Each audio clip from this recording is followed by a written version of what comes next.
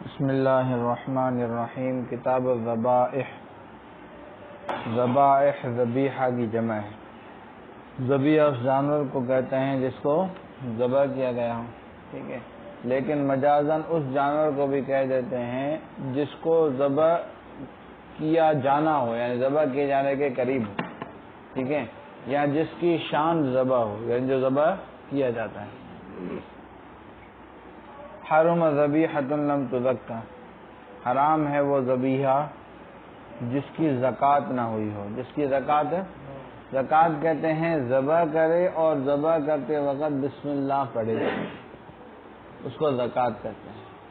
اگر ذبح کیا لیکن بسم اللہ نہیں پڑھی تو زکوٰۃ نہیں ہے، زکوٰۃ ہے۔ لیکن یہاں پر ذبیحہ سے مراد بتایا ہے کہ حیوان من شانہ الذبح، یعنی ایسا حیوان جس کی شان کیا ہے، ذبح ہے۔ آئی بات سن، حتیٰ کہ تاکہ یہ کیوں فرمایا، اس وجہ سے تاکہ کیا نکل جائے، ٹڈی نکل جائے، مچھلی نکل جائے، اس کی شان ذبح ہے ہی نہیں، ٹھیک ہے۔ تو جو ذبح کیا جانے والا جانور ہے اس پر اگر کیا ہے، اس کو ذبح کرتے وقت بسم اللہ نہ پڑھیں، نہ ذبح کریں اور نہ بسم اللہ پڑھیں تو وہ حرام ہے، ٹھیک ہے۔ ذبح کرتے وقت پھر حلال ہے۔ بات آ گئی سمجھ میں؟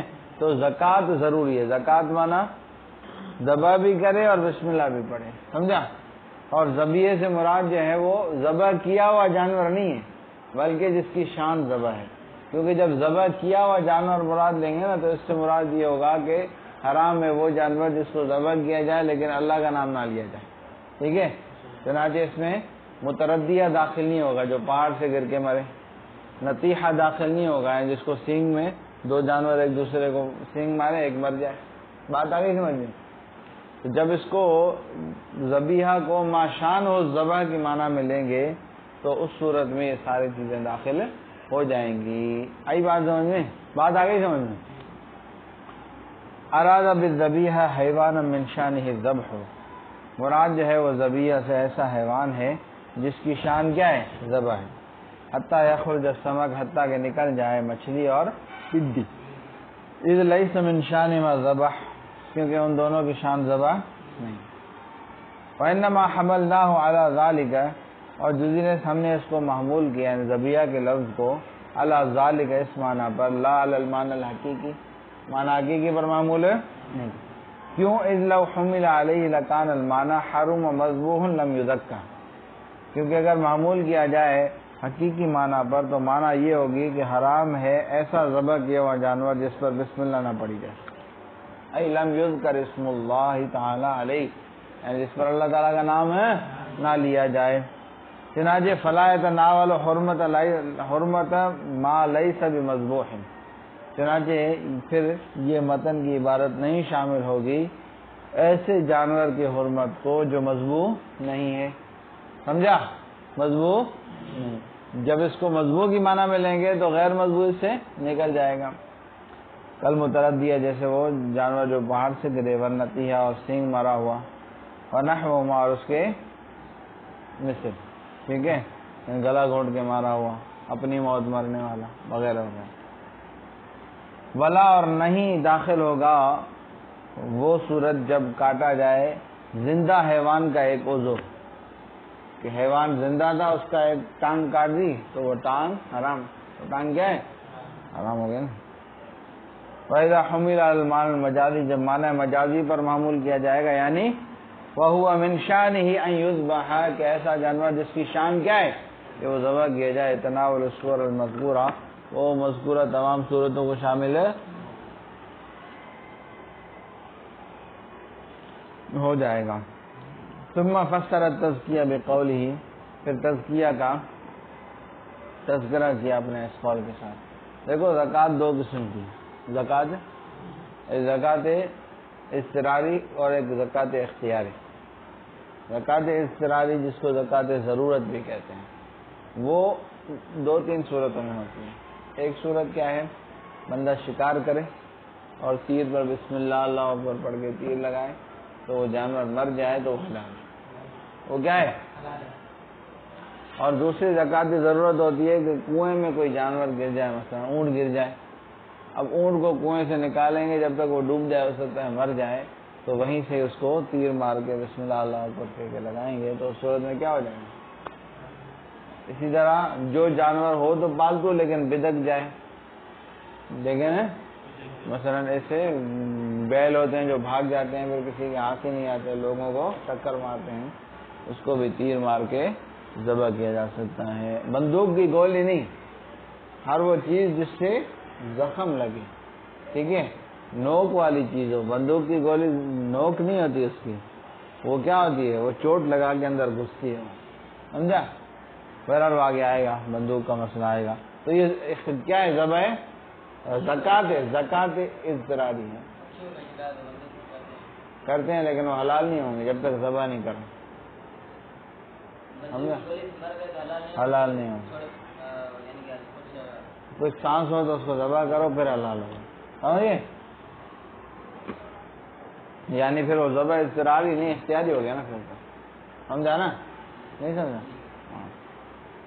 کہتے ہیں زکوٰۃ الضرورت جرح این کان من البدن، زکوٰۃ ضروری میں زخم دینا ہے جہاں پر بھی ہو بدن میں سے، اس کی تفصیل آگے بیان کریں گے۔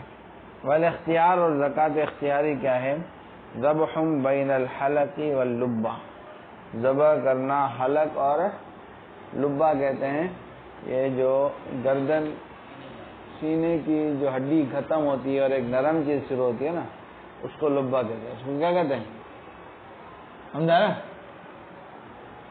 جہاں پر اونٹ کو نہر کرتے ہیں، نیچے لگاتے ہیں۔ اللبہ المنحر من الصدر، سینے میں سے نہر کرنے کی جو جگہ ہے اس کو کیا کہتے ہیں، لبہ۔ اب کیا ہے، ذبح میں کیا کاٹنی ہے، 4 رگیں کاٹنی ہیں۔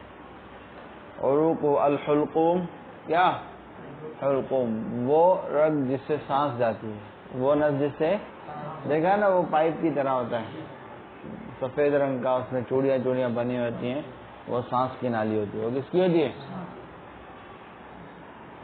والمرا، اور کیا مرا، وہ کیا ہے، ہاں کھانے کی نالی، کیا جو سفید ہوتی ہے چربی کی طرح، جو سفید ہوتی ہے عام طور پہ چربی کی طرح ہوتی ہے۔ کبھی جانور ذبح کیا تم نے، کیا ہے نا، ہاں۔ اور تیسری کیا ہے، ودجان، کیا 2 خون کی رگیں ہوتی ہیں، سائڈ میں ہوتی ہیں، کاٹتے ہیں تو اس سے پریشر سے خون نکلتا ہے، اس کو کیا کہتے ہیں، ودجان۔ الحلقوم جو ہے وہ مجرى النفس، سانس کے گزرنے کی رگ ہے، جگہ ہے۔ اور مرا ہے، پتہ نہیں میرا ہے، مجرى الطعام، کھانے کی گزرنے کی رگ ہے اور پینے کی۔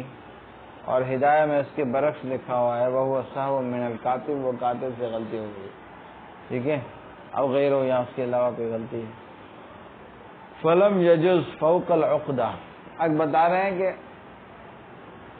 عقدہ ہوتا ہے نا، عقدہ جو گلے کا گرہ ہوتی ہے، جو ایک گٹلا سا کوئی چیز ہوتی ہے چھوٹی چھوٹی، یہ حلق میں اگر کوئی چیز نکلتے ہیں تو اوپر نیچے ہوتی ہیں، یہ تمہارے ہے نا، میرے کو تو ہے بھی، میری کرتے میں نظر ہی نہیں آ رہی، موٹی کرتے نہیں، ہاں وہ دیکھ اس کو نظر آئے، پتلے بندے کو نظر آئے، سمجھا، ہاں تیرے میں بھی کم ہے، ہاں اس کو نظر آئے، اس کی صاف نظر آئے، سمجھا؟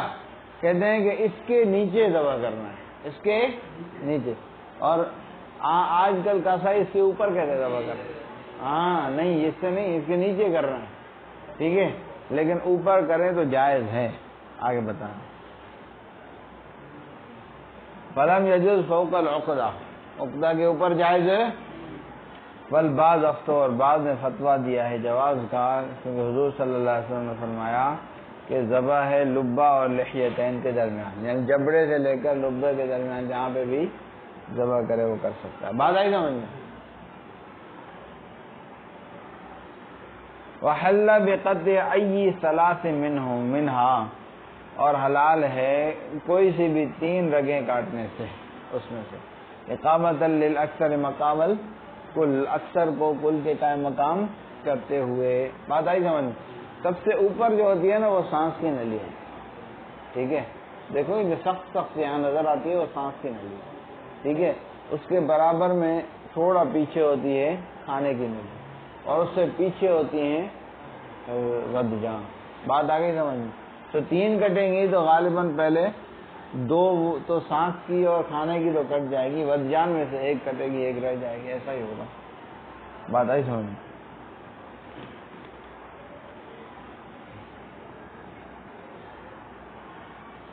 آئی بات سمجھ میں؟ اقامت للاکثر مقام الکل، اکثر کو کل کے قائم مقام کرتے ہوئے، اور کاٹیں کس سے؟ وَبِكُلِّ مَا أَفْرَ الْأَوْدَاجِ، ہر وہ چیز جو رگوں کو کاٹے، وَأَنْهَرَ الدَّمَ، اور خون بہائے، ٹھیک ہے۔ وَلَوْ بِلِيتَةٍ، اگرچہ کانے کے چھلکے کے ساتھ، وَمِرْوَةٍ، اور دھاری دار پتھر کے ساتھ، اس کے ساتھ کانے کا چھلکا ہوتا ہے نا، کانا سمجھتے ہو نا، کانا سمجھتے ہو؟ پیلے کلر کا بانس کی طرح جو چھوٹا پتلا بانس ہوتا ہے، جو لکڑی ایسے ٹوٹ جاتی ہے آرام سے، اس کا جو وہ جو سخت ہو نا کانا، اس کے چھلکے نکالو گے، ہاتھ تو لگاؤ گے، ہاتھ کٹ جائے گا۔ ہاں، بات آئی سمجھ میں؟